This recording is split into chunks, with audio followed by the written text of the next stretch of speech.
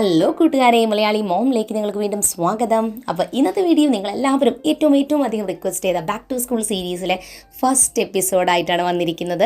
അപ്പോൾ വെക്കേഷൻ ഏതാണ്ട് കഴിയാറായി, 15 ദിവസം മാത്രമേ ബാക്കിയുള്ളൂ. അത് പറയുമ്പോൾ തന്നെ നമുക്ക് സങ്കടമാണ്, കാരണം നമ്മുടെ ദിവസം ഇത്രയും വേഗം കടന്നുപോയത് നമ്മൾ അറിഞ്ഞതേ ഇല്ല. എന്നിരുന്നാലും ഈ പ്രാവശ്യം എല്ലാവരും ഭയങ്കര എക്സൈറ്റഡ് ആയിട്ട് എനിക്ക് തോന്നി. കമൻറ്റ് ബോക്സിൽ കുറേ പേര് ബാക്ക് ടു സ്കൂൾ വീഡിയോസ് ചോദിക്കണം കണ്ടപ്പോൾ എനിക്ക് തോന്നുന്നു നിങ്ങളുടെ ഫ്രണ്ട്സിനെയൊക്കെ കാണാതെ ഒരുപാട് പേര് മിസ് ചെയ്യുന്നുണ്ടെന്ന് എനിക്ക് തോന്നുന്നു. അപ്പോൾ നമുക്ക് എന്തായാലും നമ്മുടെ ബാക്ക് ടു സ്കൂൾ സീരീസ് ഇന്ന് സ്റ്റാർട്ട് ചെയ്യാം. ബാക്ക് ടു സ്കൂൾ എന്ന് പറയുമ്പോൾ നമുക്ക് എല്ലാവർക്കും ഭയങ്കര എക്സൈറ്റ്മെൻറ്റാണ്. പുതിയ ബാഗ്, പുതിയ കുട, പുതിയ സ്റ്റേഷനറി ഐറ്റംസ്, ബുക്സ്, ഇതൊക്കെ വാങ്ങാനായിട്ട് നമുക്ക് നല്ലൊരു ഇഷ്ടമാണ്. കടകളിൽ ഇപ്പോൾ ചെന്ന് കഴിഞ്ഞാൽ പണ്ടത്തെ മാതിരിയല്ല, ഒരുപാട് വെറൈറ്റി ഓഫ് ഐറ്റംസ്, ക്യൂട്ടായിട്ടുള്ളതും നല്ല ഭംഗിയുള്ളതും, ഞങ്ങളൊക്കെ പഠിക്കുന്ന സമയത്തെ പോലെയല്ല, ഒരുപാട് ടൈപ്പ് ഐറ്റംസ് ഉണ്ട്. അപ്പോൾ അതൊക്കെ വാങ്ങാനായിട്ട് നമുക്ക് ഭയങ്കര ടെൻഡൻസിയാണ്. നമ്മൾ പാരൻസിനോട് പറയും, ഞങ്ങൾക്കിത് വാങ്ങി തരുമോ, മക്കൾക്കാണെങ്കിൽ ഇത് മുഴുവൻ ഏത് മേടിക്കണം, അല്ലെങ്കിൽ ഇത് വേണോ എന്നുള്ള കൺഫ്യൂഷൻ, അങ്ങനെയുള്ള കുറേ കാര്യങ്ങളാണ് ബാക്ക് ടു സ്കൂൾ സമയത്ത് നമുക്ക് ഫീൽ ചെയ്യാറുള്ളത്.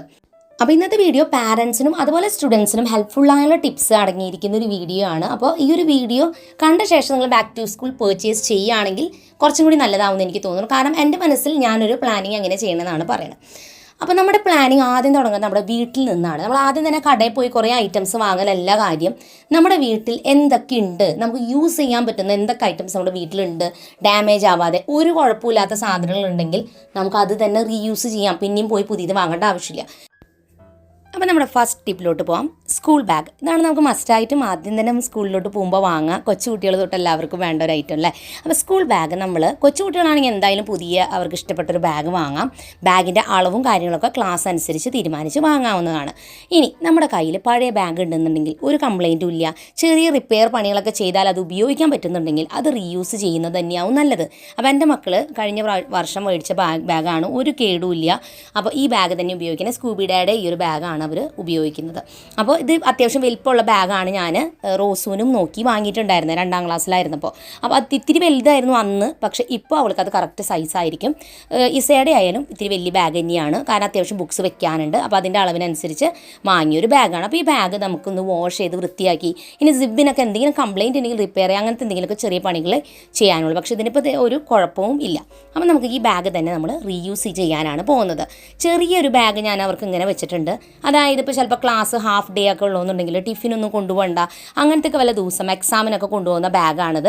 ഇതിൻ്റെ സിബ്ബ് പോയി കിടക്കുകയാണ്. അപ്പോൾ ഈ സിബ്ബ് നമുക്ക് റിപ്പയർ ചെയ്യണം. അപ്പോൾ നമുക്കിനി കൊണ്ടുപോകുമ്പോൾ ഈ ബാഗും കൂടി കൊണ്ടുപോകാം. അപ്പോൾ നമ്മളവിടെ മാറ്റി വെച്ചിട്ടുണ്ട്. മൂന്നാമതായിട്ട് ബാഗ് വാഷ് ചെയ്യണത്. നമ്മുടെ പഴയ ബാഗുമ്പോൾ എന്തായാലും നമ്മൾ എടുത്ത് വെച്ച് കഴിയുമ്പോൾ നന്നായിട്ട് അഴുക്ക് വന്നിട്ടുണ്ടാവും. അപ്പോൾ അത് കഴുകാൻ ഞാൻ സാധാരണ ചെയ്യണതെന്ന് വെച്ചാൽ ഒരു ബക്കറ്റിൽ വെള്ളം നിറച്ചിട്ട് അതിൽ സോഡാപ്പൊടിയും പിന്നെ തുണി കഴുകുന്ന പൊടിയുണ്ടല്ലോ അതും കൂടി മിക്സ് ചെയ്തിട്ട് സൊല്യൂഷൻ ഉണ്ടാക്കിയിട്ട് അതിൽ ബാഗ് മുക്കി വയ്ക്കുക ചെയ്യാറ്. ബാഗ് നമ്മൾ നന്നായിട്ട് അഴുക്ക് പോകാനായിട്ട് കുറച്ച് ചൂടുവെള്ളം ചേർക്കുന്നതല്ല, തിളച്ച വെള്ളമല്ല, ചൂടുവെള്ളം, നേരെ ചൂടുവെള്ളം ചേർത്ത് വെച്ചാൽ നന്നായിട്ട് ബാഗിൽ നിന്ന് അഴുക്ക് പോയി കിട്ടും. അപ്പോൾ നമ്മൾ 4 ബാഗാണ് വാഷ് ചെയ്യാനായിട്ട് ഇടുന്നത്. കാരണം ഈ കഴിഞ്ഞ വർഷത്തെ ബാഗും അതിന് മുൻപത്തെ വർഷത്തെ ബാഗും ഒരു കേടില്ലാതിരിക്കുന്നുണ്ട്. അപ്പോൾ ആ ബാഗ് ഞാനിങ്ങനെ സ്പെയറായിട്ട് മാറി മാറി ഉപയോഗിക്കാൻ വേണ്ടിയിട്ട് കഴുകണം. അപ്പോൾ മൊത്തം 4 ബാഗ് ഞാൻ വെള്ളത്തിൽ ഇങ്ങനെ കുതിർത്ത് വെക്കുന്നുണ്ട്. ആ ബാഗുമുള്ള അഴുക്കനുസരിച്ച് വേണമെങ്കിൽ അരമണിക്കൂർ അല്ലെങ്കിൽ 1 മണിക്കൂർ വെക്കുക. അതിലും കൂടുതൽ വെക്കേണ്ട, ബാഗിന് പൊട്ട സ്മെല്ല് വരും. അപ്പോൾ അതുകൊണ്ട് ഇത് കുതിർത്ത് ഇവിടെ വെച്ചിട്ടുണ്ട്. അതിന് ശേഷം കൈ കൊണ്ട് നമുക്ക് വാഷ് ചെയ്തെടുക്കാം. അപ്പോൾ തന്നെ ബാഗിൽ നിന്ന് ചെളി പോലെ ഇങ്ങനെ വരും, നമുക്ക് കാണാം അഴുക്കുണ്ടെങ്കിൽ ബാഗുമ്മേ. ഇല്ലയെന്നുണ്ടെങ്കിൽ വാഷിംഗ് മെഷീനിൽ വാഷ് ചെയ്യണമെങ്കിൽ അങ്ങനെയും ചെയ്യാം. ഞാൻ മെഷീൻ വാഷ് ചെയ്യാറ് ബാഗ്. ഈ ബാഗ് അങ്ങനെ വാഷ് ചെയ്താലും കുഴപ്പമൊന്നും ഉണ്ടാവാറില്ല. അപ്പോൾ 4 ബാഗും ഞാൻ വാഷ് ചെയ്ത് എടുത്തിട്ടുണ്ട്. ഇനി നമുക്ക് നന്നായിട്ട് വെയിലത്ത് ഡ്രൈ ചെയ്യാനായിട്ട് ഇടാം. ഇനി നിങ്ങൾക്ക് വേണമെങ്കിൽ ഫാബ്രിക് സോഫ്റ്റ്നർ കുറച്ച് ചേർത്താൽ ബാഗിന് നല്ല സ്മെല്ലുണ്ടായിരിക്കും, കംഫർട്ടോ അല്ലെങ്കിൽ അങ്ങനെ എന്തെങ്കിലും നിങ്ങൾക്ക് ഒഴിച്ചു കൊടുക്കാവുന്നതാണ്. ബാഗിന് നല്ല മണം ഉണ്ടാവും. അപ്പോൾ ഇത്രയൊക്കെയാണ് നമ്മൾ ചെയ്തിരിക്കുന്നത്. വേറെ ഈ ബാഗുമ്പോൾ റിപ്പയർ പണികളൊന്നും ഇല്ലാത്തതുകൊണ്ട് തന്നെ ഉണങ്ങി നമുക്ക് എടുത്ത് മാറ്റി വയ്ക്കാം.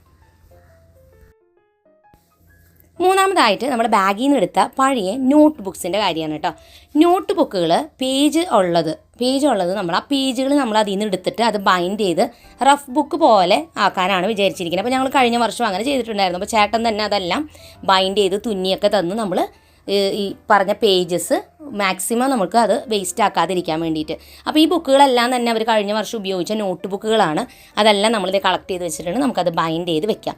ടെക്സ്റ്റ് ബുക്കുകൾ സാധാരണ ഞാൻ എടുത്ത് വെക്കും. എന്തെങ്കിലുമൊക്കെ പ്രൊജക്റ്റൊക്കെ വരുമ്പോൾ പിക്ചേഴ്സൊക്കെ കട്ട് ചെയ്ത് വെക്കാനൊക്കെ ആയിട്ട് സാധാരണ ഞാൻ ടെക്സ്റ്റ് ബുക്ക് വെക്കാറുണ്ട്. അപ്പോൾ അതങ്ങനെ വെച്ചിരിക്കുകയാണ്. നോട്ടുകളെല്ലാം തന്നെ നമുക്ക് റഫ് ബുക്ക് ആക്കാൻ വേണ്ടിയിട്ടാണ് ഞാൻ വെച്ചിരിക്കുന്നത്. ക്ലാസ് നോട്ടായിട്ട് ഉപയോഗിക്കാനായിട്ട് സാധാരണ ഞാൻ ബുക്കുകൾ വാങ്ങാറാണ് പതിവ്.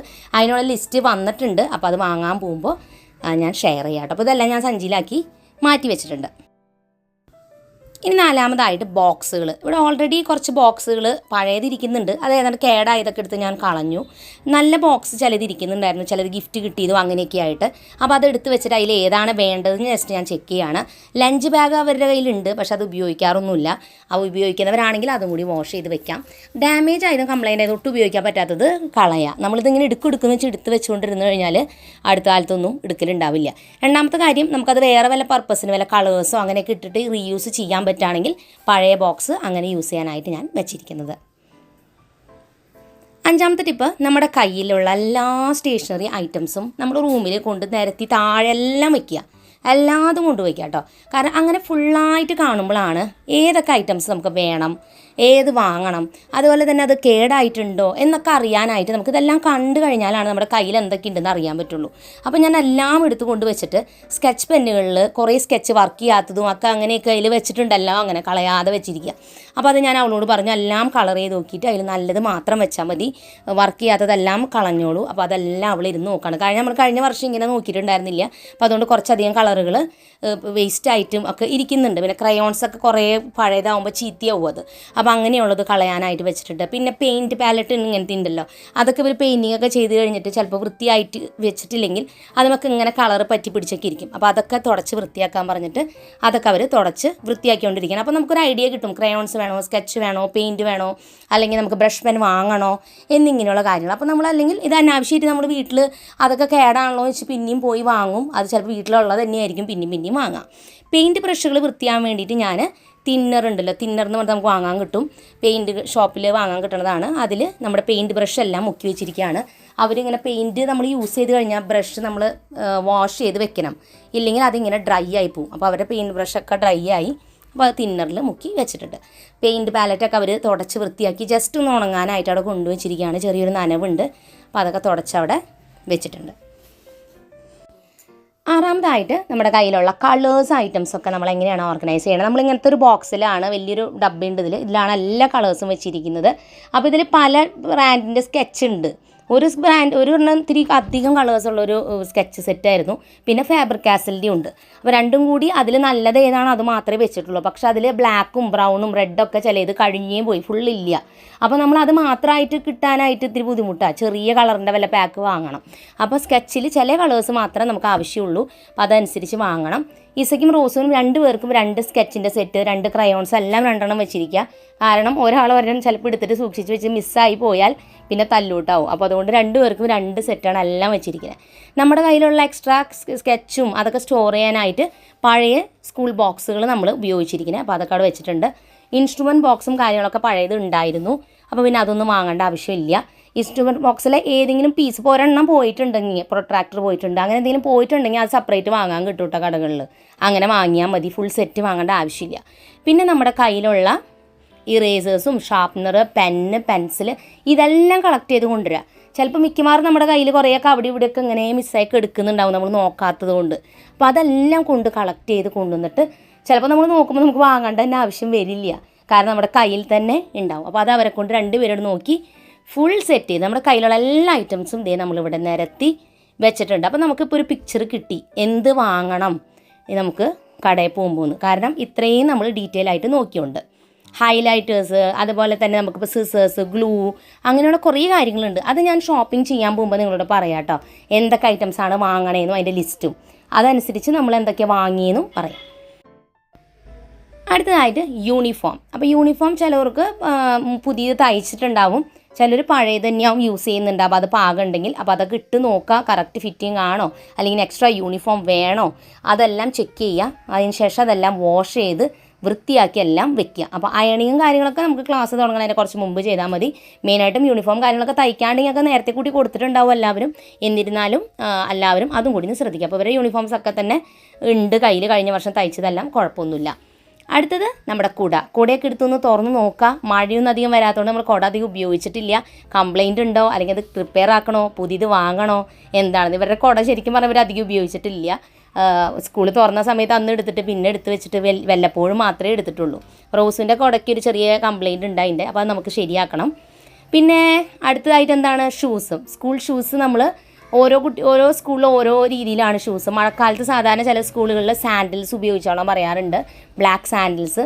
പിന്നെ സോക്സും ഷൂ ആയിരിക്കും. നിങ്ങളുടെ സ്കൂളിൽ എന്താ പറഞ്ഞിരിക്കുന്നത് അതനുസരിച്ച് ചെയ്യുക. അപ്പോൾ അവർക്ക് രണ്ടുപേർക്കും ഈ സാൻഡിൽസാണ് അവർ ക്ലാസ് തുറക്കുമ്പോൾ ഉപയോഗിക്കാൻ പോണത്. അത് ഓൾറെഡി ഞാൻ കഴിഞ്ഞ മാസം വാങ്ങി വെച്ചു. അപ്പോൾ അത് അവർ ഉപയോഗിക്കുന്നുണ്ട്. അപ്പോൾ അത് തന്നെയാണ് സ്കൂളിലേക്ക് യൂസ് ചെയ്യണത്. പുതിയതായിട്ട് വാങ്ങുന്നില്ല, അത് കഴിഞ്ഞ മാസമേ വാങ്ങിയിട്ടുള്ളൂ. അപ്പോൾ അത് എല്ലാം തുടച്ച് വൃത്തിയാക്കിയൊക്കെ സെറ്റ് ചെയ്ത് വെക്കുകയാണ്. കുട്ടികൾക്ക് ഏറ്റവും കംഫർട്ടബിളായിട്ട് ഇട്ട് പോകാൻ പറ്റുന്ന അവർക്ക് ഇഷ്ടപ്പെട്ട ഷൂസ് നോക്കിയിട്ട് സെലക്ട് ചെയ്യുക, അല്ലെങ്കിൽ സാൻഡിൽസ് സെലക്ട് ചെയ്യുക കേട്ടോ. അപ്പോൾ അതേ ഇസ അവളുടെ ഷൂ ഒക്കെ തുടച്ച് അവിടെ സെറ്റ് ചെയ്ത് വെച്ചിട്ടുണ്ട്. അടുത്തതായിട്ട് ടിഫിൻ ബോക്സും അതുപോലെ തന്നെ വാട്ടർ ബോട്ടിലും. സ്റ്റീലിൻ്റെ ടിഫിൻ ബോക്സ് നമ്മൾ വാങ്ങുകയാണെന്നുണ്ടെങ്കിൽ ഒരുപാട് നാളത്തേക്ക് നമുക്കത് യൂസ് ചെയ്യാനായിട്ട് പറ്റും. പിന്നെ കൊച്ചു കുട്ടികളായിരിക്കുമ്പോൾ ചിലപ്പോൾ നമ്മൾ ഉപയോഗിക്കുന്നത് കുഞ്ഞ് ടിഫിനായിരിക്കാം. അപ്പോൾ ഒന്ന് അടുത്ത സൈസിലോട്ട് വേണമെങ്കിൽ മാറ്റാം, അല്ലെങ്കിൽ ചിലപ്പോൾ പൊട്ടൽ വരാൻ ടിഫിന്. അപ്പോൾ അങ്ങനെയൊക്കെ വന്നാലേ ടിഫിൻ മാറ്റേണ്ടി വരുള്ളൂ. ഇവർക്ക് രണ്ടുപേർക്കും വാട്ടർ ബോട്ടിൽ എന്തായാലും ഒന്ന് വാങ്ങണം, അവരുടെ പഴയത് കേടായി. അപ്പോൾ അത് മാത്രം വാങ്ങാനുള്ളൂ. ടിഫിൻ വേറെ കംപ്ലയിൻസ് ഒന്നുമില്ല. അപ്പോൾ ഇത് തന്നെയാണ് യൂസ് ചെയ്യണേ. അപ്പോൾ ഇനിയാണ് നമ്മൾ ഷോപ്പിങ്ങിനെ കുറിച്ച് തന്നെ ചിന്തിക്കുന്നത്, അതിൻ്റെ ലിസ്റ്റ് തയ്യാറാക്കുന്നത്. അപ്പോൾ ആദ്യം ഒരു ലിസ്റ്റ് നമ്മൾ വരച്ചുണ്ടാക്കുകയാണ്. ആദ്യം നമ്മൾ എഴുതുന്നത് വാട്ട് വി ഹാവ്, എന്താണ് നമ്മുടെ കയ്യിലുള്ളത്. തൊട്ടപ്പുറത്ത് തന്നെ ടു ബൈ, എന്തൊക്കെ നമ്മൾ വാങ്ങണം എന്ന് എഴുതണം. അപ്പോൾ നമ്മുടെ കയ്യിലുള്ള എല്ലാ സാധനങ്ങളും ഫുൾ ഐറ്റം, കുഞ്ഞു കുഞ്ഞു ഐറ്റംസ് ആയാലും എല്ലാം തന്നെ എഴുതാം കേട്ടോ. അപ്പോൾ ഞാൻ ഉപയോഗിക്കുന്ന സ്റ്റേഷനറി ക്രാഫ്റ്റ് ഐറ്റംസ് ഞാൻ സാധാരണ ഷെയർ ചെയ്യാറില്ല മക്കളായിട്ട്. കാരണം അവർ കൊച്ചു കുട്ടികളാണ്, എന്തെങ്കിലുമൊക്കെ എടുത്ത് മിസ്സായി പോകും. പിന്നെ എനിക്കത് പിന്നെ എൻ്റെ ഐറ്റംസൊക്കെ ഞാൻ എടുത്ത് വെച്ചത് കാണാണ്ടായ എനിക്കാകെ വിഷമം. അപ്പോൾ അതുകൊണ്ട് അവരവരുടെ ഐറ്റംസ് അവരവർ സൂക്ഷിക്കാൻ അവർക്ക് അവരുടേതായ സ്കെച്ചായാലും ക്രയോൺസ് ആയാലും ഒക്കെ സെപ്പറേറ്റ് കൊടുത്തിട്ടുണ്ട്. അപ്പോൾ അതനുസരിച്ച് എന്തൊക്കെ വേണമെന്ന് ഞാൻ എഴുതി ഒക്കെ വെച്ചിട്ടുണ്ട്. അപ്പോൾ നിങ്ങൾക്ക് നോക്കിയാൽ കാണാം, ടു ബൈ എന്ന് എഴുതി കൊടുത്ത് ഞാൻ വേണ്ട എല്ലാ ഐറ്റംസും അവിടെ ലിസ്റ്റ് ഔട്ട് ചെയ്തിട്ടുണ്ട്. അപ്പോൾ നോട്ട് ബുക്കുകളൊക്കെ എന്ത് വാങ്ങണം എന്ന് സ്കൂളിൽ നിന്ന് എന്താ തന്നത് ആ ലിസ്റ്റും മറക്കാതെ കൊണ്ടുപോവുക. നമ്മൾ ലിസ്റ്റ് എഴുതി ഇവിടെ ബുക്കിൽ വെച്ചിട്ട് കടയിൽ പോയാൽ പെടും. ലിസ്റ്റ് കൊണ്ടുപോവുക, അല്ലെങ്കിൽ നമ്മൾ അവിടെ കാണുന്ന ആവശ്യമില്ലാത്ത സാധനങ്ങൾ മുഴുവൻ വാങ്ങിക്കൂട്ടാൻ സാധ്യതയുണ്ട്. കാരണം അവിടെ ചെല്ലുമ്പോൾ നമ്മൾ ഈ പറയണ മാതിരി ഒന്നുമല്ല, ക്യൂട്ടായിട്ട് ഐറ്റംസ് ഒക്കെ കാണുമ്പോൾ ഓട്ടോമാറ്റിക്കലി നമുക്ക് ഇത് വാങ്ങിയാലോ അത് വാങ്ങിയാലോ എന്നൊക്കെ തോന്നും. അതുപോലെ തന്നെ ഇപ്പോൾ നമ്മുടെ ഇറേസറിൻ്റെ സെറ്റുകളായാലും ഒരു 10 20 എണ്ണത്തിൻ്റെയൊക്കെ സെറ്റൊക്കെ ആയിട്ട് ഒരുപാട് പെൻസിൽസും ഒക്കെ കിട്ടാറുണ്ട് അങ്ങനെ. പക്ഷെ അതൊക്കെ കാണുമ്പോൾ നമുക്ക് അട്രാക്ഷനാണ്, ഭംഗിയൊക്കെ ആണെങ്കിലും കുട്ടികൾ അതിൻ്റെ വാല്യൂ മനസ്സിലാക്കി അത് സൂക്ഷിച്ച് ഉപയോഗിക്കാനായിട്ടും കൂടി പഠിക്കണം. എൻ്റെ വീട്ടിൽ കുറേ ഉണ്ടല്ലോ, അപ്പോൾ ഇത് ഒരെണ്ണം കളഞ്ഞാലും പിന്നെ അമ്മ തരും എന്നുള്ളൊരു ചിന്തയിൽ അവർ പോവുകയാണെന്നുണ്ടെങ്കിൽ അതൊരു നല്ല ഹാബിറ്റ് അല്ല. അപ്പോൾ അതുകൊണ്ട് നല്ല ഹാബിറ്റ്സ് നമ്മൾ വളർത്തണമെങ്കിൽ നമ്മൾ ആവശ്യത്തിന് നമുക്ക് ആവശ്യമുള്ള ഐറ്റംസ് നോക്കിയിട്ട് അതിൻ്റെ വാല്യൂ അവർക്ക് മനസ്സിലാക്കുന്ന രീതിയിൽ വേണം നമ്മൾ അവരെ പഠിപ്പിച്ചു കൊടുക്കുക. അത് നമുക്ക് തന്നെ സ്റ്റാർട്ടിങ്ങിൽ പഠിപ്പിച്ചു കൊടുക്കാൻ പറ്റുള്ളൂ. അപ്പോൾ നമ്മൾ എന്തായാലും ലിസ്റ്റും കാര്യങ്ങളൊക്കെ എഴുതിയിട്ടാണ് ഷോപ്പിങ്ങിന് പോകുന്നത്. അപ്പോൾ ഇനി ഷോപ്പിങ്ങിന് പോയിട്ട് എന്തൊക്കെ ഐറ്റംസ് വാങ്ങണം, നമ്മൾ സ്കൂളിലേക്ക് നോർമലി പോകുമ്പോൾ വാങ്ങുന്ന ഐറ്റംസിൻ്റെ ഒരു കാര്യവും അതുപോലെ എന്തൊക്കെ ഞങ്ങൾ വാങ്ങി എന്നുള്ളതും അടുത്തൊരു വീഡിയോയിൽ ഞാൻ ഷെയർ ചെയ്യുന്നതായിരിക്കും. അപ്പോൾ എല്ലാവരും വെയിറ്റ് ചെയ്തിരിക്കുക. ഞാൻ എക്സൈറ്റഡ് ആണ് ബാക്ക് ടു സ്കൂൾ സീരീസിനായിട്ട്. അപ്പോൾ പുതിയൊരു നല്ല വീഡിയോ ആയിട്ട് വീണ്ടും നമ്മൾ വരുന്നതായിരിക്കും. അപ്പോൾ അതുവരെയ്ക്കും എല്ലാ കൂട്ടുകാർക്കും bye bye and take care.